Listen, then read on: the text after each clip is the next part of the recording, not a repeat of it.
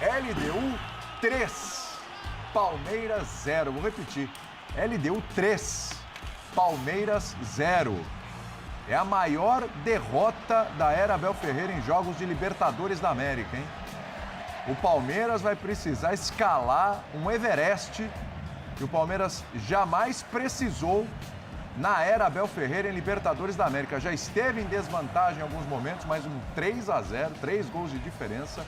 Por essa, o Palmeiras ainda não tinha passado e vai precisar vencer a LDU por 3 ou 4, 3 para os pênaltis ou 4 em casa na semana que vem para poder chegar à final e manter vivo o sonho do 4º título de Libertadores, hein?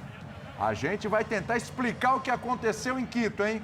Com o Pedro Ivo Almeida, com o André Kifuri, com o Vitor Birner e Jean Oddi. Ó, que trabalho do Thiago, hein? Que trabalho do Thiago Nunes à frente da LDU. Jean Oddi, o que aconteceu? Explica aí, porque a pergunta na redação é, mas o que está acontecendo? Um, dois, três, mas que isso? Tudo bem, Jean? Tudo bem, William? Boa noite para você, boa noite para os companheiros. É difícil explicar, evidentemente, acho que é um resultado muito surpreendente, né? Pelo que a gente tinha visto da LDU na Libertadores, ainda que eliminando o São Paulo e o Botafogo, pelo que a gente vinha vendo do Palmeiras, e acho que, enfim, o jogo contra o Flamengo é um jogo contra o Flamengo no Rio de Janeiro, vinha de uma derrota, mas era um Palmeiras que vinha sempre jogando muito bem. Então, é um resultado, mas mais do que um resultado, é um jogo e uma atuação do Palmeiras difícil de explicar. Porque a tendência sempre nesses casos é você levar a explicação partindo para a altitude, né? Usando a altitude como argumento. Mas eu acho que fica até difícil usar apenas a altitude como argumento quando o Palmeiras faz o primeiro tempo que fez e faz o segundo tempo que fez. Pois é. Porque o primeiro tempo foi um negócio pavoroso. Não é possível que o time tenha entrado em campo e já não estivesse em condições de correr ou de perceber o quanto a altitude faria diferença ou não no seu desempenho. Ok, você pode até usar o argumento que no segundo tempo o LDU com 3-0 no placar baixa as linhas e deixa o Palmeiras chegar um pouco mais. Mas ainda assim, eu acho que a altitude não é capaz de justificar sozinha o primeiro tempo que faz o Palmeiras, a bagunça da marcação, porque o Palmeiras, mesmo com as linhas mais baixas ali, acabou deixando muitos espaços para o time equatoriano, que, claro, isso é sempre importante, tem muito mérito, porque fez um baita jogo com uma intensidade absurda, jogando, né, acho que explorando as deficiências do Palmeiras, e aí a gente entra nas deficiências e acho que podemos citar, o Kelvin fez um jogo muito ruim, né?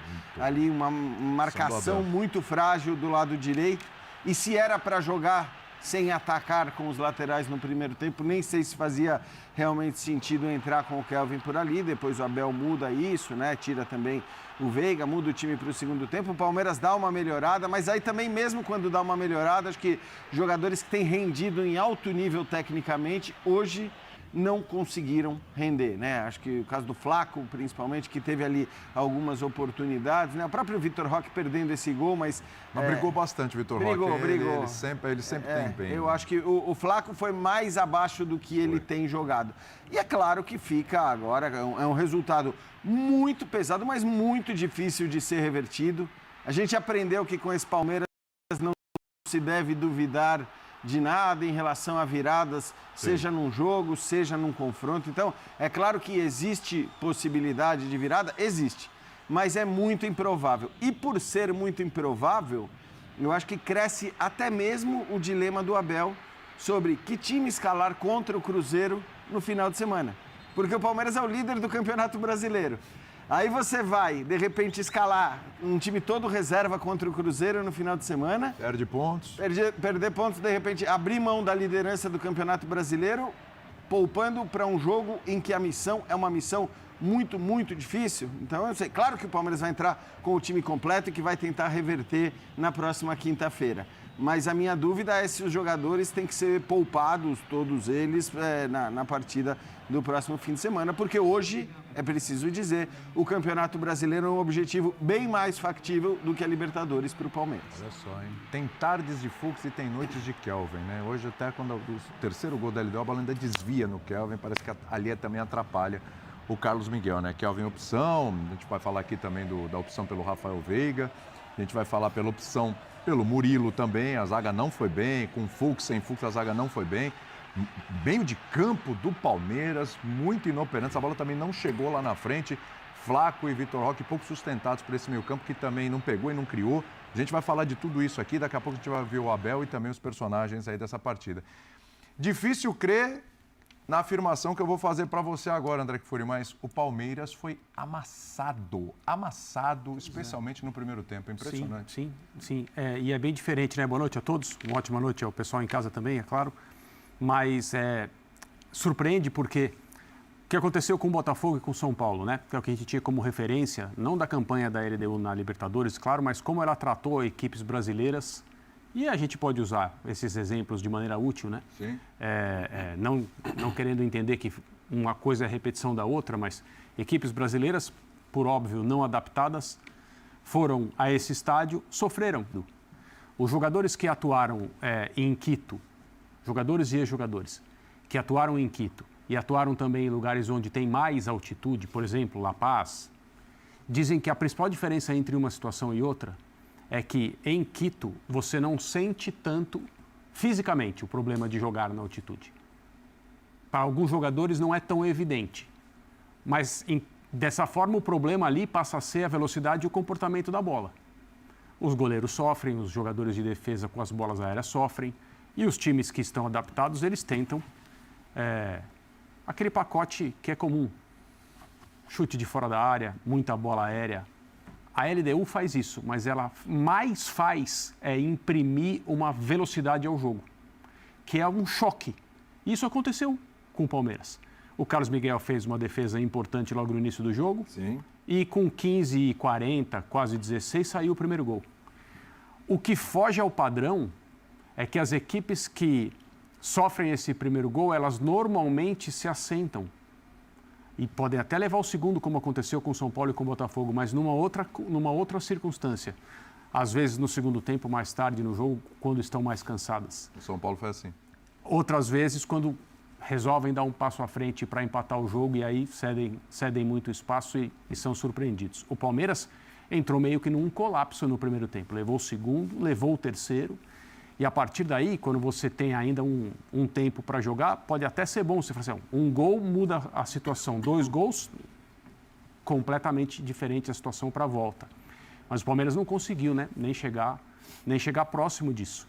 E foi, de novo, comparando com o que aconteceu nas visitas do Botafogo e do São Paulo, o Palmeiras fez o pior papel entre esses 3 times. Foi, né? De desempenho, não é só placa, de desempenho. Exato, e agora se vê numa situação complexa. O Botafogo perdeu na ida, a LDU perdeu na ida no Rio de Janeiro e ganhou em casa para resolver. Isso. Contra o São Paulo, ganhou na ida 2-0, ganhou no Morumbi 1-0.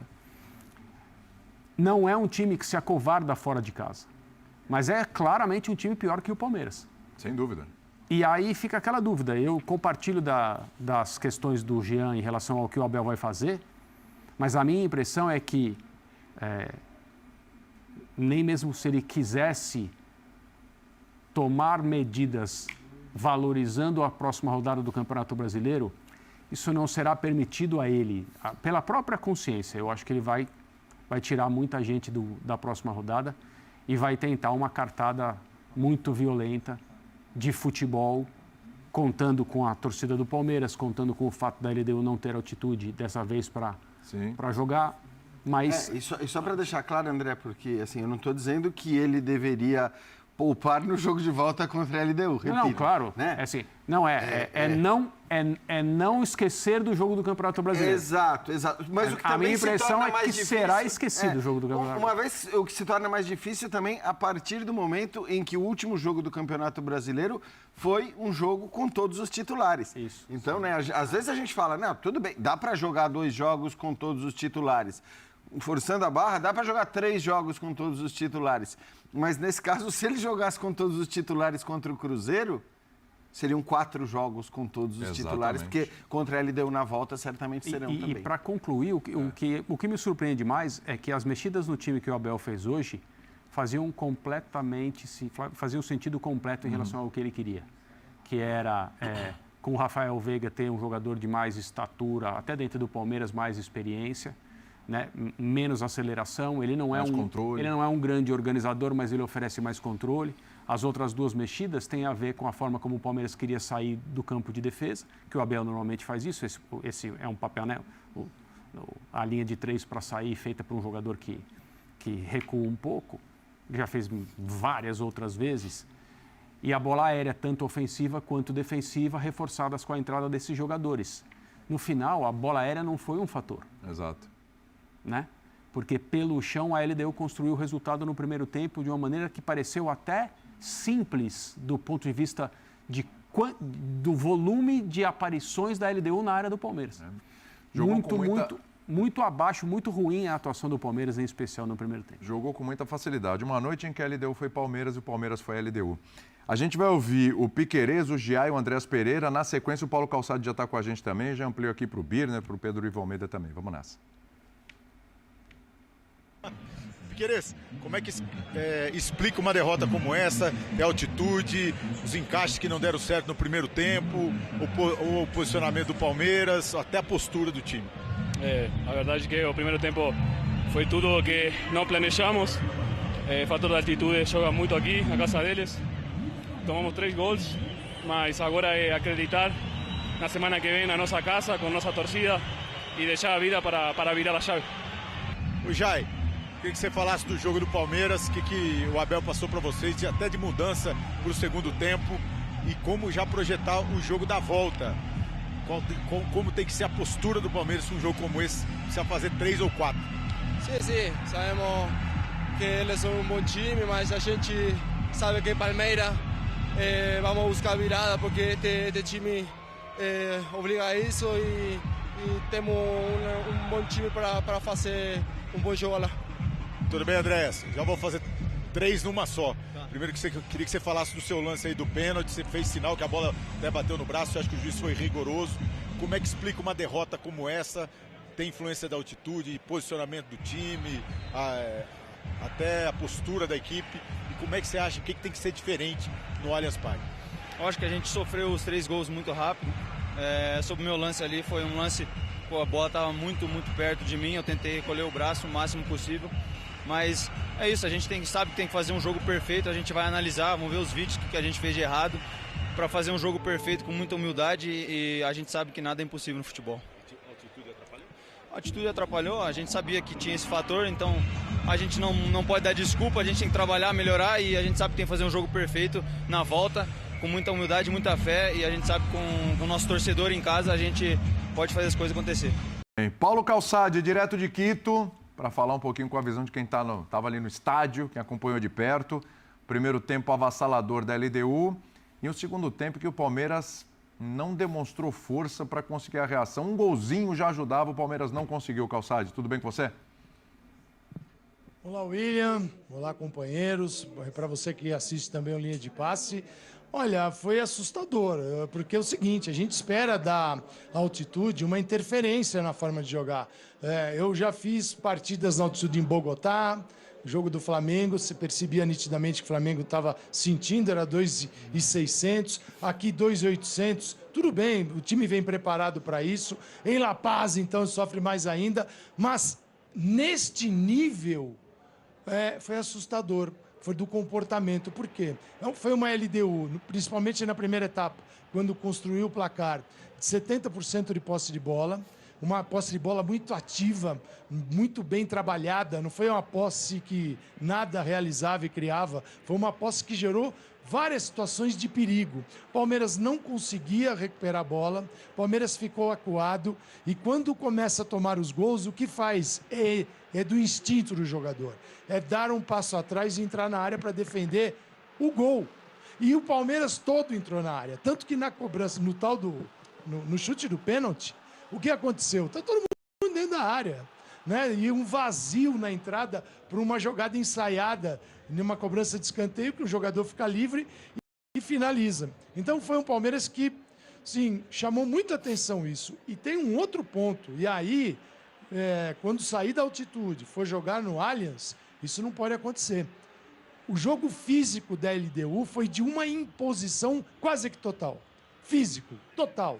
Passou até do limite, que o Brian Ramírez foi expulso de tanta pancada que ele deu, porque ele cavou a expulsão dele ao longo da partida. Imagina, o cara tá com 3-0, 50 minutos, e ele dá a entrada que deu no tornozelo do Giai, depois de ter dado um soco, que o árbitro fez que não viu. Então, foi uma imposição total. E aí que chama atenção. O Palmeiras, se você perde as divididas, você vai ganhar de quem? Então, essa recuperação no jogo da volta, ela precisa acontecer. E ficou muito difícil, porque, é claro, a LDU vai moldada pela sua vantagem, né? E é um time, olha, muito bem estruturado, jogou muito bem, mas muito bem, inclusive com variação tática. O Brian Ramírez fez a jogada do terceiro gol no lado oposto. E aí, naquele momento, o Villamil pode ocupar a zona onde ele estava jogando, o Brian Ramírez, que é a esquerda, o Quinones, que é lateral, que joga como zagueiro, ele tem uma ótima saída e pode, durante a partida, ser o lateral e fazer uma linha de 4 e não linha de 5. Ela vira linha de 5 quando o time é atacado e retorna para defender. Então é uma LDU que mostrou as suas variações, a sua força, individualmente foi superior, e o Palmeiras, assim, nas cordas, sem reação, sem produzir nada, e eu entendo. Eu acho que sou um dos caras que mais fala nisso. Eu entendo que a altitude atrapalha, mas neste nível que eu vi aqui me assustou, porque não é normal do Palmeiras. Desorganizado, e eu entendo que o Abel não foi bem nas mudanças, não. Havia um vazio no meio de campo, com o Andrés Pereira eliminando o Martínez para marcar 3, às vezes 4 jogadores. Então, assim, em termos de superioridade numérica, a LDU levava vantagem por ali, e as mudanças vieram e permitiram que isso acontecesse durante o tempo todo. Eu fiquei assustado com o que vi aqui hoje. Ô Vitor Birner, boa noite para você. 4-0 na volta é difícil, é quase impossível ou é um milagre? Bom, primeiro boa noite a Boa você, noite. William, Calçade, Jean, André, Pedro, boa noite aos fãs das fãs do esporte. Não, é bem difícil, mas não é um milagre. Eu acho que o jogo fora da altitude é um jogo totalmente diferente. Eu concordo que não foi altitude, porque o Palmeiras, ele mesmo na altitude, ele é um time organizado. Hoje o Palmeiras foi um dos times mais bagunçados que eu vi na Libertadores em mata-mata em muito tempo. Não só comparando ao próprio Palmeiras, há outros também, não, né, no geral. E o Palmeiras, eu repito, é um time muito organizado, Sim. costuma ser organizado. Até quando jogava mal no primeiro semestre e conseguia bons resultados, era organizado e pouco criativo. Hoje foi uma catástrofe. O meio campo não pegou absolutamente nada. Eu acho que o Kelvin jogou mal, mas eu não vou colocar o Kelvin como responsável. Eu acho que o meio campo não marcou absolutamente nada. Estourava tudo, principalmente no primeiro tempo, do lado direito da defesa palmeirense. Ele deu show com muita facilidade pelo lado esquerdo. Esse meio campo também, quando ele quis atacar pelo outro lado, também não conseguiu marcar. E, na hora de construir jogo para fazer associação e usar o grande momento de Flaco Lopes e Vitor Roque, o meio campo também não construiu.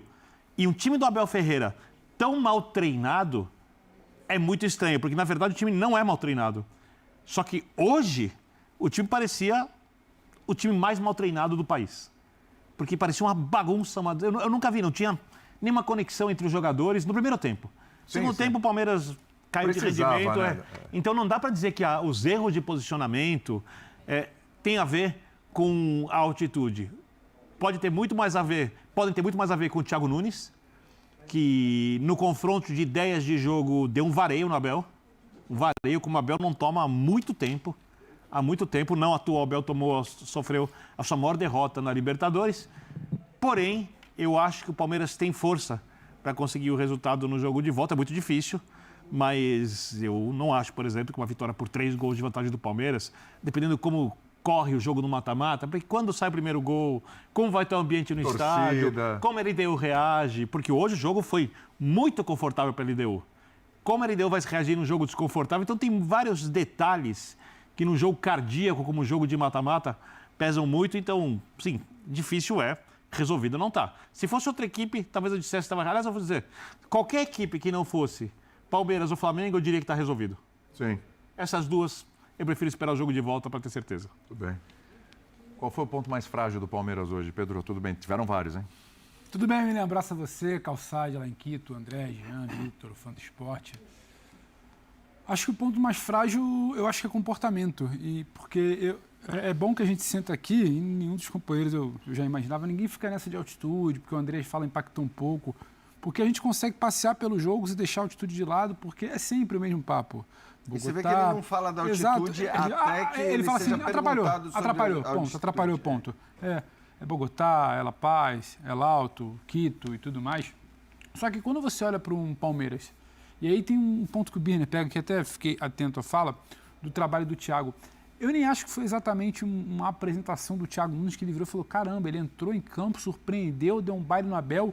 Para mim, a LDU ela fez hoje o que ela tem costume de fazer. A intensidade acima do padrão em início de jogo é sempre algo corriqueiro. É muita intensidade, tentar acelerar enquanto o time que não é, habitué ali, está acostumado, está se assentando em campo, é chute de fora, é velocidade, é inversão, é muita movimentação, é jogo pelo. Isso tudo a LDU sempre faz. E a LDU hoje ela pega e começa a induzir o Palmeiras. O Palmeiras sempre muito bem encaixado, sempre muito bem marcado, sempre muito bem postado. Parece que ele começa a perder a LDU, as referências. O cara cai para cá, ele não consegue acompanhar, a cobertura não fica boa, o cara que puxa muito da linha de ataque para o meio, o Palmeiras não sabe como é que faz essa troca. Começa a ter uma bagunça, que é o que o Vitor fala. Não dá a entender que é o time do Abel. É uma desorganização que você não está acostumado. E não é exatamente algo novo do Thiago Nunes. Algo novo para mim é o Abel, que sempre estuda muito o adversário, imagino eu que saiba que a LDU joga assim, e aí não é falar agora. O Kelvin não é exatamente... O Kelvin, ele encarou o ex-treinador dele. Então, o ex-treinador dele sabe que o Kelvin não é um jogador marcador.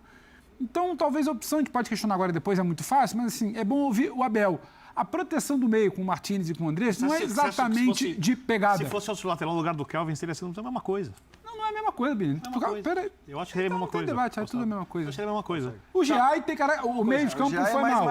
Se o Giai é mais marcador e quando estoura nele, ele pode ter mais capacidade de atacar ali, de defender, atacar o marcador, se defender do que o Kelvin. Acho que tem o Kelvin. Os melhores momentos do Giai no pela Palmeiras, proteção, jogando como terceiro zagueiro pela direita. Os dois homens de proteção, que seriam o M. Martínez e o Andrés, não protegem, e aí quando você perde a referência que tem que se baixar na hora do pênalti, ele não estão acostumados com isso, o Palmeiras perdeu proteção, estoura na lateral direita, não tinha um cara acostumado a se defender, então acho que isso ficou muito ali zoneado junto com como a LDU começa a induzir os erros do Palmeiras. Não é só simplesmente a altitude. A LDU pega e inverte para o jogador, inverte um zagueiro com um ponta. O Palmeiras perde a referência, a troca não é bem feita. Pega o cara de área e sobe para o meio de campo, não acompanha e não tem troca. Então começa a ficar tudo muito bagunçado num time que não vinha jogando junto. A formação não era essa. E aí não é, por exemplo, para mim, a troca do Murilo pelo Fux. Isso acho que tem muito mais a ver com confiança. Mas o homem de não ser marcador ali pela beirada e os dois homens que ele opta para fazer proteção para mim, eu acho que ele pode explicar depois melhor para a gente, mas acho que tem muito de qualidade da LDU em casa que induz o Palmeiras a se perder nesses encaixes que viraram desencaixes. Agora, eu concordo muito quando você fala que não tem milagre para mim, porque é difícil você entrar tendo que fazer 4 ou tendo que fazer 3 para levar para pênalti. Mas não dá para olhar para esse Palmeiras em casa com gol talvez rápido, com mobilização, com o que deve se falar de campanha. Você acha impossível, por exemplo, o Palmeiras terminar o primeiro tempo vencendo por 2 a 0? Não acho, por 2. Até por fazer o segundo aos 10. Devolveu 3-0 ainda no primeiro tempo. Então, eu não classifico como milagre. Difícil, a parada é muito difícil e acho que ninguém esperava ter que voltar fazendo 3, 4. Mas tem um time e tem um treinador nos últimos tempos que eu acho que tem capacidade disso. E é o Palmeiras. Para mim, até mais que o Flamengo quando o papo é Libertadores. Sim, não sim. Capacidade. Libertadores. Então, eu acho que a gente precisa esperar muito o jogo da volta, evitar a verborragia de decretar o que não está decretado. Mas para mim tem muito de trabalho da LDU, o que o Palmeiras não imaginou de encaixar. E aí o Palmeiras que começa a perder. E o segundo tempo não tem muito jogo, a LDU senta no 3-0 e o Palmeiras poderia ter achado um gol, poderia não ter achado. Agora, é o que você traz como não conseguir fazer. O Palmeiras tomou 3 gols no primeiro tempo com o Flamengo.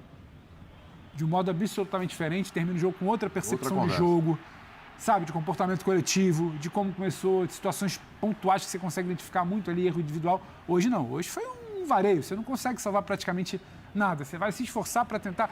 Aliás, o Carlos Miguel, muito falado, muito achincalhado, por rivalidade, evitou o pior para mim hoje. Exatamente, evitou o pior. O Calçade chamou, hein? Oi, William.